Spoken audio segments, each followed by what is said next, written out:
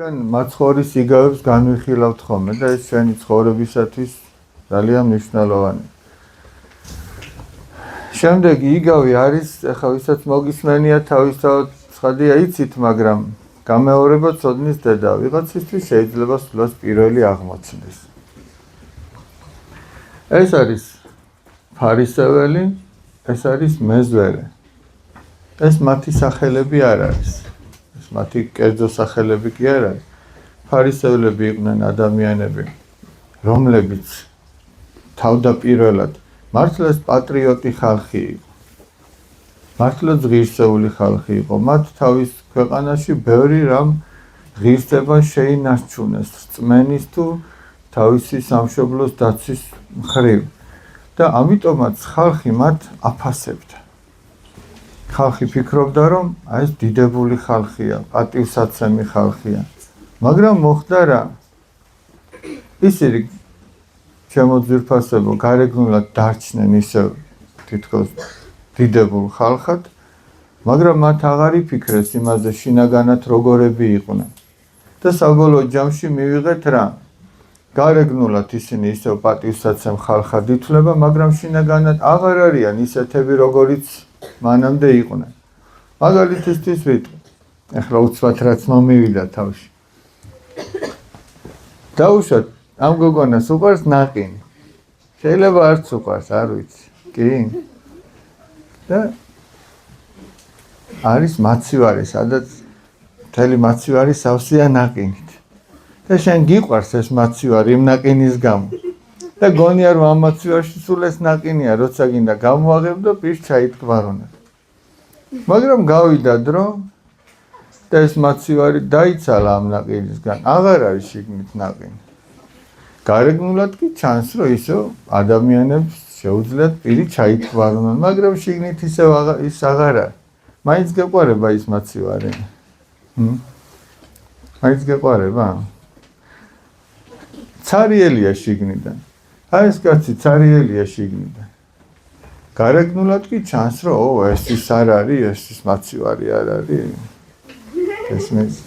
მაგრამ შიგნიდან აღარ არის, რაც ჩვენ გვეგონა. და მისი სიტყვებით წარმოაჩენენ მაგას. მეზვერეები იყვნენ ადამიანები, ვინც რომაელების მიერ ხარკის ამკრებებად იყვნენ დაყენებული. ხარკი რას ნიშნავს? ერთი ქვეყანა რომ მეორეს დაიპყრობდა, მას დააკისრებდა გადასახადს. თუ არ გადაიხდიდა დაპყრობილი ქვეყანა გადასახადს, მაშინ ის ისევ გაილაშქრებდა ამ ქვეყანასა და ძალიან ცუდ დღეში ჩააგდებდა. ანუ ხარკი არის ფაქტიურად ის გადასახადი, რომ აღარ შემოგვიტიოთ, აღარ აგვაწიოკოთ, აღარ გაგვანადგუროთ და ჩვენ რაღაცა გადასახადს გადაგიხდით. გესმით? და რომაელებმა რომ იუდეის მიწა დაიპყრეს, სწორედ ეს მეზვერეები დააყენეს ხარკის ამკრებებად. თუმცა ეს თავისთავად კი არაფერს არ უნდა აშავებდეს. ხარკის ამკრები ცუდი კი არ არის, მაგრამ ეს ხალხი ცუდად იყენებდა თავის თანამდებობას. ნახე რას აკეთებდა. აი ხო ჩამოივლიდა. დაუშვათ ამათ მოდი ისევ ნაყინებზე ფულზე რო ბევრი არ ვილაპარაკ. ნაყინები 5 ნაყინი უნდა გადაიხადონ ამათ. აი დაუშვათ შენ ხარ ხარკის ამკრები. მოდი შენთან. აი შენ დაუშვათ ახლა ამათ ჩამოიარა. 5 ნაყინი ხო გამოგართოთ. ამაზე თქვენს თანახმა ხართ რომ 5 ნაყინი გადაიხადოთ, გესმით? მაგრამ ამან ჩამოიარა და გითხრათ ეხლავე 10 ნაყინი გამოუშვით. 5 წაიღო იქ საიდანაც თხოვდნენ და 5 თვითონ შესანსლა. ეხლა თქვენ ეს გეყვარებათ ესეთი ხარკის ამკრები? არ გეყვარებათ, იმიტომ რომ ნახე 5 თვითონ უნდა ჭამოს. რა უნდა რა გაგვიჭირა საქმე, არ ფიქრობთ? კაი, აჰა 5 გადავიხადეთ, იმიტომ რომ გვევალება, მაგრამ ამან კიდე 5 ზეიდან დაგვიმატოს, უკვე არ გამ. ამიტომ ესეთი ხალხი არ უყვარდათ. არა ეს კი უყვართ, მაგრამ იმათზეა ლაპარაკი, შენ კი არ გეწყნოს. მე ჩამოიარე და 5 გამოვართ. მე დაჯექი ადგილს. ეს ხალხი არ უყვარდათ, მაგრამ ეხლა ნახეთ რა მოხდა. მე ზოგადად აგიხსენით ვინ არიან ესენი მეზვერეები, ვინ არიან ფარისევლები. აი ეხლა ეს ორივე ადამიანი შევიდა ტაძარში სალოცავად. აი ეს ფარისეველი ნახეთ ტაძარში წინ დგას. ტაძარში წინ დგომა ცუდი კი არ არის. ან არც თავისთავად ცუდი, არც თავისთავად კარგი. გააჩნია რა მიზეზით გახარ წინ. თუ დაუშვათ წინ იმიტომ დგახარ, რომ კარგად დაინახო ღვთისმსახურება, კარგად მოისმინო, ეს ძალიან კარგია.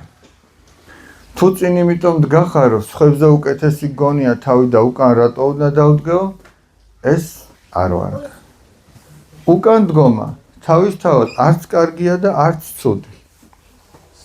თუ ადამიანი უკან იმიტომ დგას, რომ აი მაგალითად სადღაც კუთხეში დადგება, რომ ყუდროთ იყოს და იქ კარგად ილოცოს, ეს კარგია.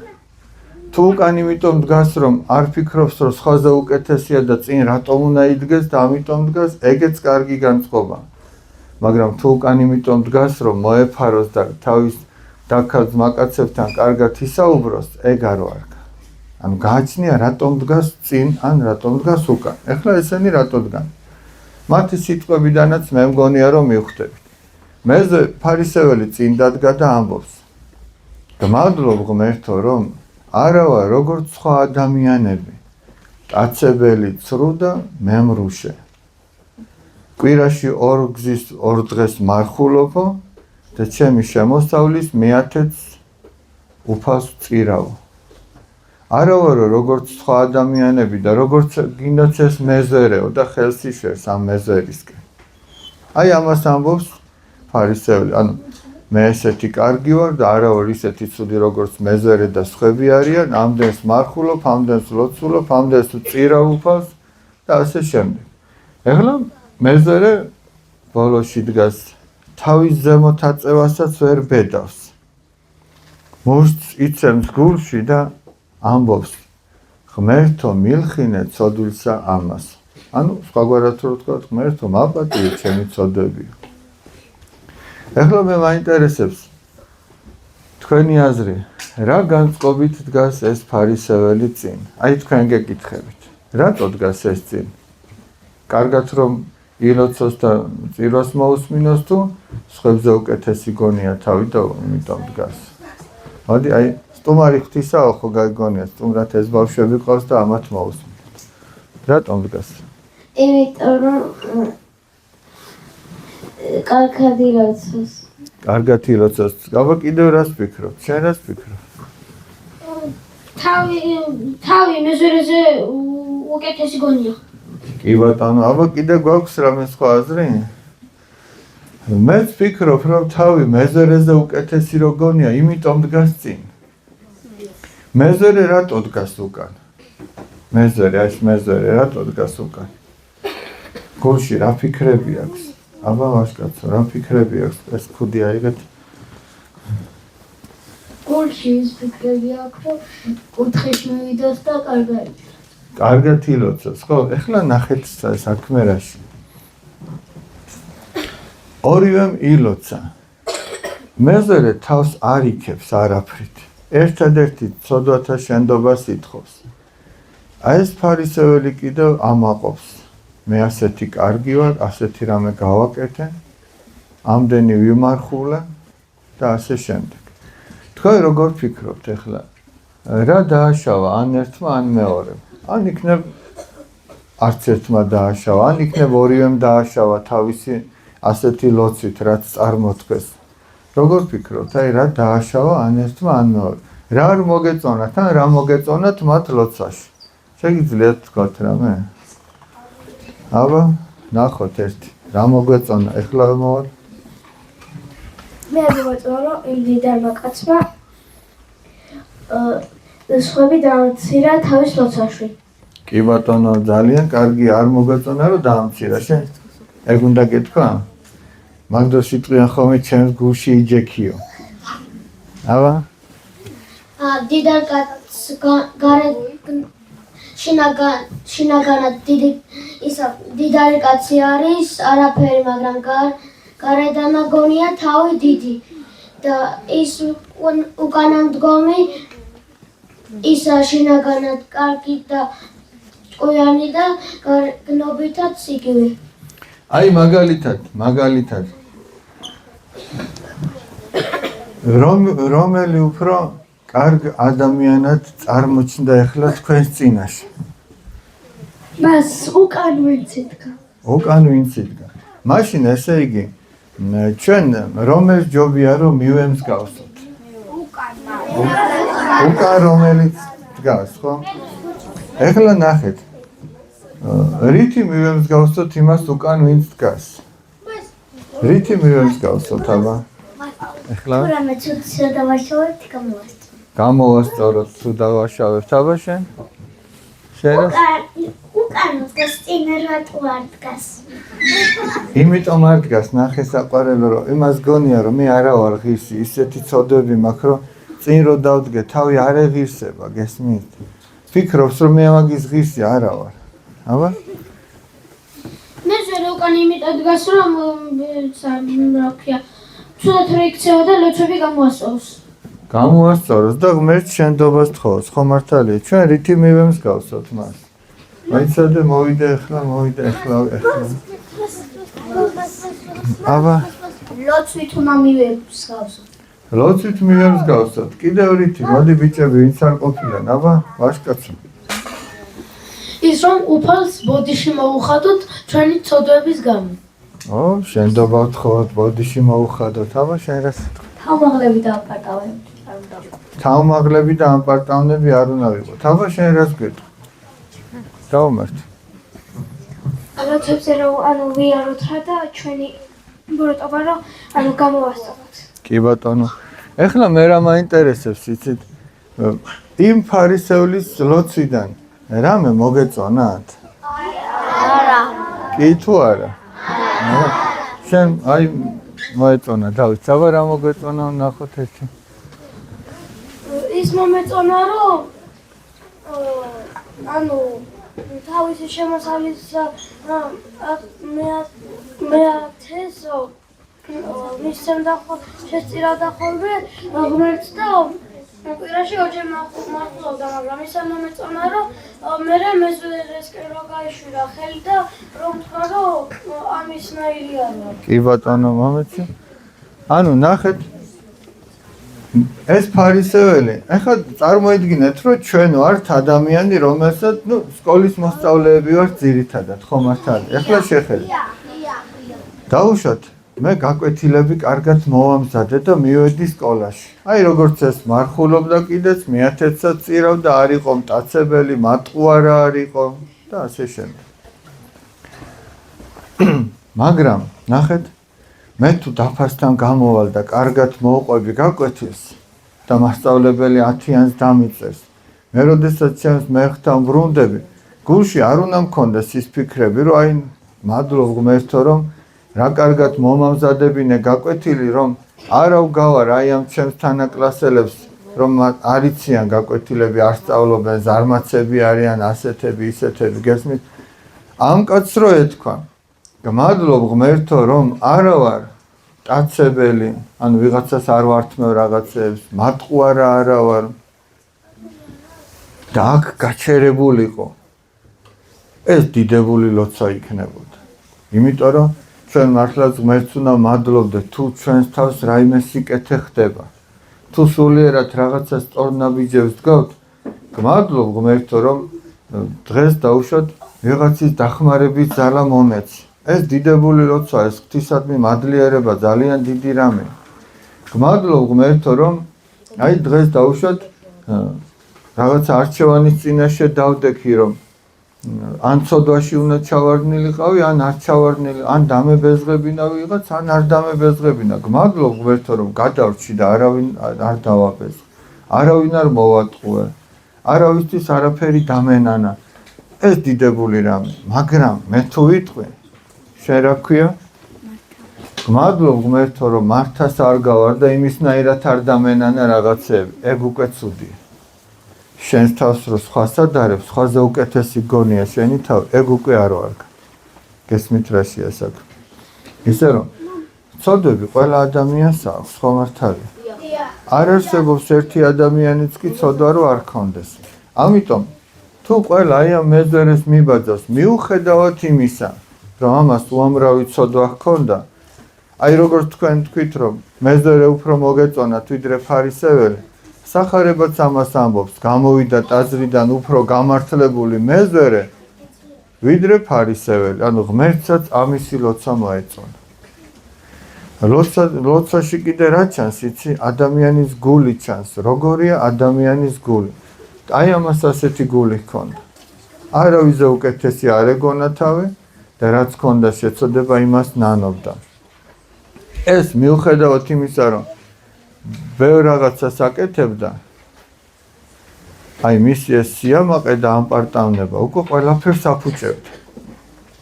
შენ შეიძლება ამას თუ იმას კარგად აკეთებ, მაგრამ იმის გამო, რასაც აკეთებ, სხვაზე უკეთესი რომ გგონია თავი, უკვე არ ვარ გიხარ. უკვე არ ვარგა შენი ეს დამოკიდებულება. გესმით რა შეასაკ. ერთ მოძღვარს ეკითხებიან, რატომ არისო, რომ ადამიანშიო სიკეთე უფრო ძნელად მოიკიდებს ფეხს და აღორძინდება, ვიდრე ბოროტებაო. და მოძღვარმა რა უთხრა, იცი? აი შეხედავ. რამეს რო თესავ, მარცვალს რო თესავ მიწაშიო. ის თუ მზის გულზე დატოვე, ხო არ ამოვაო, ხო არ გაიხარებს. მაგრამ თუ მიწა მიაყარე, ის გაიხარებსო, ხო მართალი? ჩვენც ესე ვართო. ჩვენ თუ რამე სიკეთე გავაკეთეთ, თუ იმას სააშკარაოზე გამოვიტანთ, აი ნახე როგორი მაგრები ვართ და ეს მერე ნაყოფს კი აღარ გამოიღებს.